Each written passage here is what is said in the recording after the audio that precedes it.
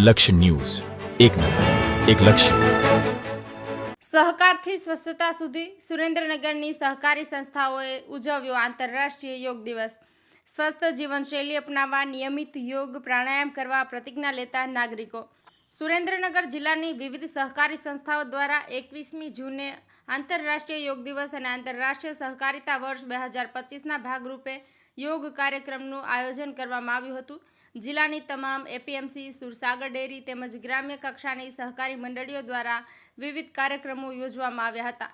યોગાસન, પ્રાણાયામ દ્વારા તંદુરસ્ત જીવનશૈલી માટે માર્ગદર્શન તથા સ્વસ્થ જીવનશૈલી અપનાવવા નિયમિત યોગ પ્રાણાયામ કરવાની પ્રતિજ્ઞા લેવામાં આવી હતી.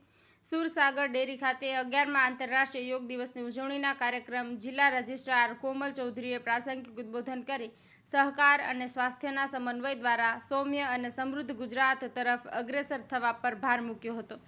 તેમણે વધુમાં જણાવ્યું હતું કે યોગ એ માનસિક અને શારીરિક આરોગ્યનો આધાર સ્તંભ છે અને સહકાર એ સમાજના સર્વાંગી વિકાસ માટેનો પાયો છે.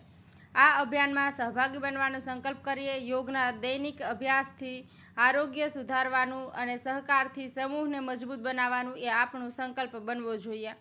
દૂધ સંઘના ચેરમેન નરેશભાઈ મારુએ યોગના વૈશ્વિક મહત્વ વિશે વાત કરતા કહ્યું કે યોગ આજે સમગ્ર વિશ્વમાં ભારતીય સંસ્કૃતિ અને સ્વાસ્થ્ય માટેની અદ્ભુત ભેટ તરીકે સ્વીકારવામાં આવ્યા છે.